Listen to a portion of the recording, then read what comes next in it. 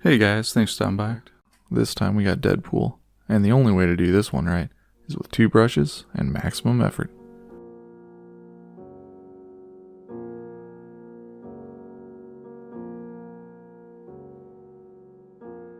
Today is all about experimenting, doing our first bust, and we're using our first GoPro footage.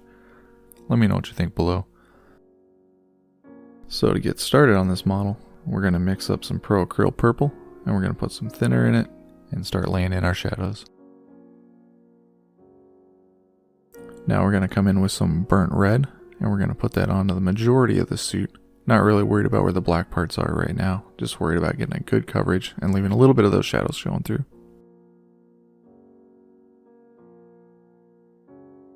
Next up, we're going to use our bold Pyrrole red. We're going to use it to emphasize where that light's coming from and to start building those highlights.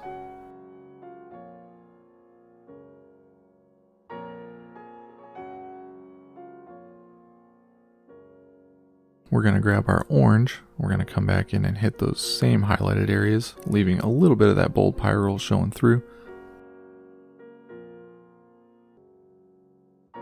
Finally, for the highlights, grabbing a little bit of thinner and a little bit of bold titanium white, getting it to a good smooth consistency, and coming in and doing our last pass.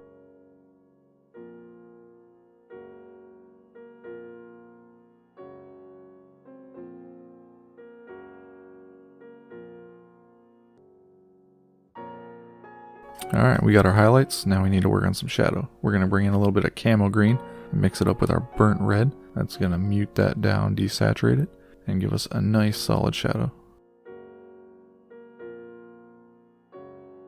Time to swap out brushes. We're going to be using a little bit of coal black. We're going to come in and do our eyes, we're going to do the shoulders, and we're going to do underneath the arms.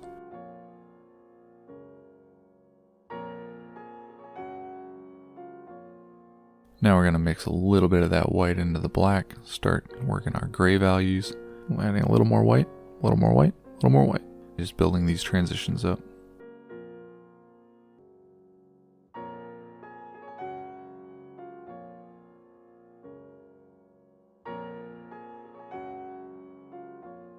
Now we're going to go pure white, come in and do both those eyes. And then once that's done, we're going to come back in with our coal black, cut in around the eyeball to get some real nice deep shadows in that recess.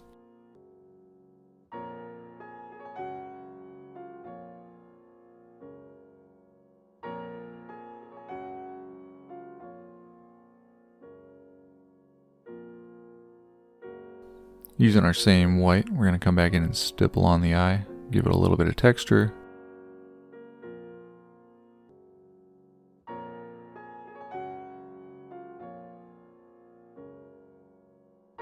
Same thing on the other side, but we're not going to push this one nearly as far. We're going to stop in a mid-gray, since this is our shadow side.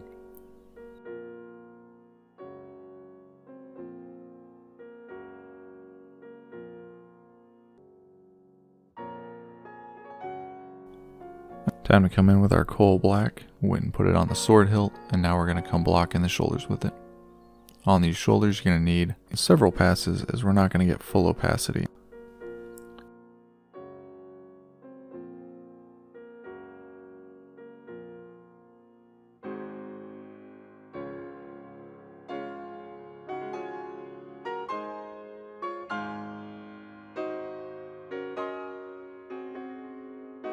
Here we go with that second one, just reinforcing the black, getting it nice and smooth.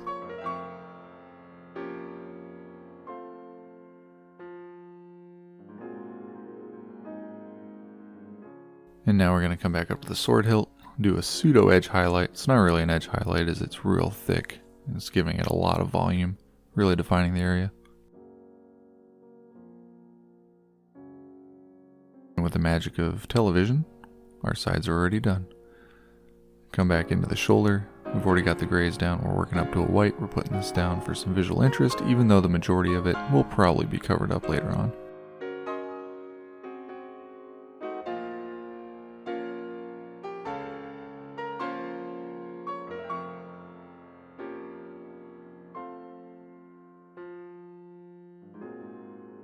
Now that we got some of the highlights in, we're going to come back with some really thin down coal black. And And we're just going to blend that back in from the bottom to the top.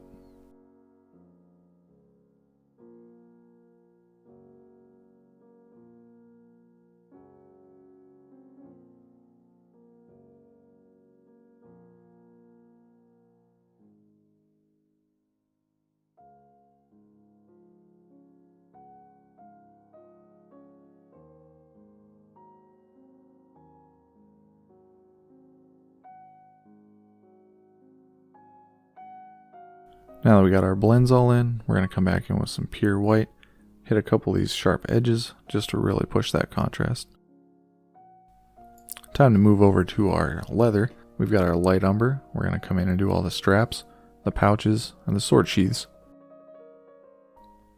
I've had Mr. Pool here sitting on the shelf collecting some dust, and I figured it's about the time to get him out, get some paint on him. First bust I'd ever done. A little intimidated by it, but it's been fun so far. It's also one of the first models that I resin 3D printed.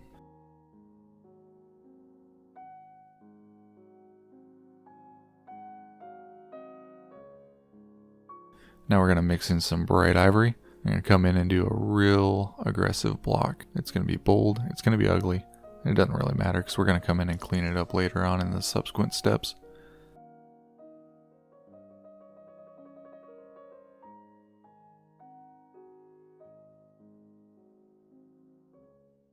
Alright, now we're coming back in with our umber, and we're cutting in a little bit of those shadows. Now that we got those midtones back in, we're going to put a little bit of black into that mix and give us a real nice deep shadow color.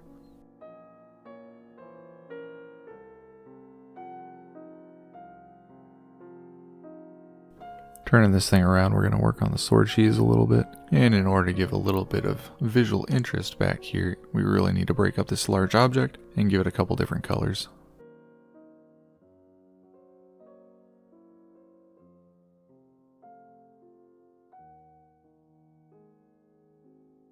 Time to turn back around. Now we're going to come back in with some ivory, and we're going to use a real small amount. We're going to come in and stipple it. We're going to give it some hashes, anything to give that a unique quality all its own. While you're doing this, keep in mind you're probably going to need 2 to 3 passes, as if you came in with something wet enough and heavy enough to do it all in one, you're probably going to obscure your shadows again.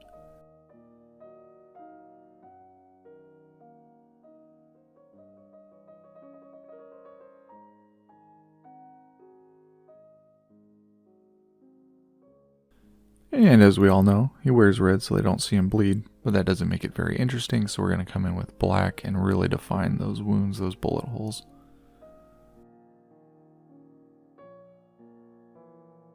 Now we're going to grab our bold pyrrole red, we're going back up to the face. We're going to do some more stippling, and this will just change that surface texture, and it'll just make it a little more interesting, even though you're not actually going to realize it's there. And jumping over to the right side of the face, I really wasn't too happy with this. It's supposed to be a focal point being the head and all, but it was just too desaturated. So we glazed a little bit more red back on top. Moving up to the top of the head, we're grabbing our bold titanium white, doing some hashes. Once again, we're going to give it a little bit of interest. We're going to cover it up later on, but you'll still be able to see some of it. Now this sword hilt is on our sun side. It's where our light is. So we're going to push a lot more gray into it, and we're going to bring a lot more white.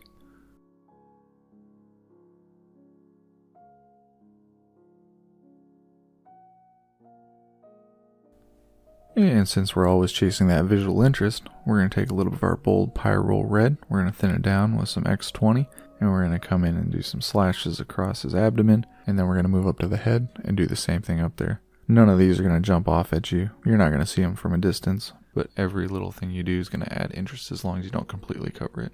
Shifting back to our sword sheaths, we got our bright ivory, stipples and dashes. It's the story of this model. Now, moving on to the base, we're just going to use our coal black. We're going to lay it down in a couple of thin passes to make sure it's really nice and smooth. And we're going to keep this base really simple. And we got our magic in a bottle. We got some Nuln Oil gloss coming in. Using the gloss so that it doesn't stain that surface too much.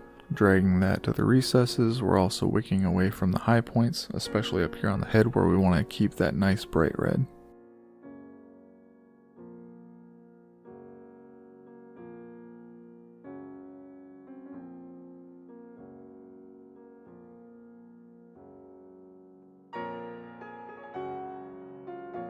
Now we're going to swap over to our Agrax Earthshade gloss. Same concept, get it on there, get it in the recesses, keep your brush moving, make sure it doesn't pool. A couple different schools of thought on this. I prefer to put my stuff on after I do some of my highlights, that way it blends it back in.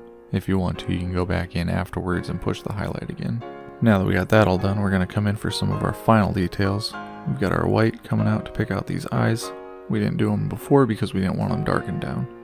And then we're going to come back in with bold Pyroll red. We're going to use that to hit some of the edges that we really want to pop.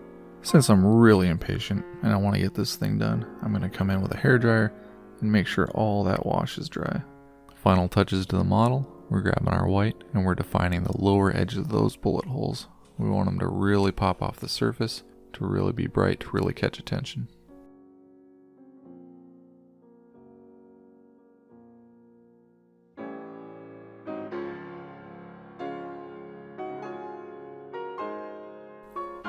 And just like that, we've painted up Wade Wilson, the Merc with a mouth. I hope you've enjoyed this. I hope maybe you learned something, and I really hope you'll come back for the next one. If you got any questions or comments for me, please just put them down below.